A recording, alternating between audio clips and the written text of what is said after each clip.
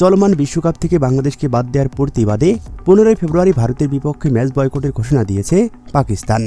বিশ্ব ক্রিকেটের এই হাইভোল্টেজ ম্যাচ মাঠে না করালে বিশাল অঙ্কের ক্ষতির মুখে পড়তে যাচ্ছে আয়োজক দেশ ও আইসিসি, যা বাংলাদেশি টাকায় 6,150 কোটি টাকা। বিশাল এই অঙ্কের ক্ষতি থেকে বাঁচতে বড় বেকায়দায় জয়সার আইসিসি। এখন যেন ভারতের বিপক্ষে খেলতে পাকিস্তানকে রাজি করানোই বড় চ্যালেঞ্জ। যে কোনো মূল্যে পাকিস্তানের দ্বারস্থ আইসিসি।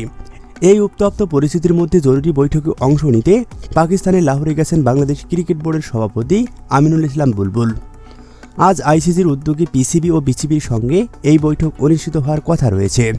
জানা গেছে বৈঠকে বিশ্বকাপ থেকে বাংলাদেশকে বাদ দেওয়ার সিদ্ধান্ত ও পাকিস্তানের সাম্প্রতিক অবস্থান এবং ভবিষ্যৎ করণীয় নিয়েও বিস্তারিত আলোচনা হবে। বাংলাদেশের অংশগ্রহণ নিয়ে নতুন কোনো সমঝোতা হয় কিনা, নাকি পাকিস্তানকে অবস্থান পরিবর্তন রাজি করানো হয়, সবকিছুই নির্ভর করছে এই জরুরি বৈঠকের ফলাফলের উপর।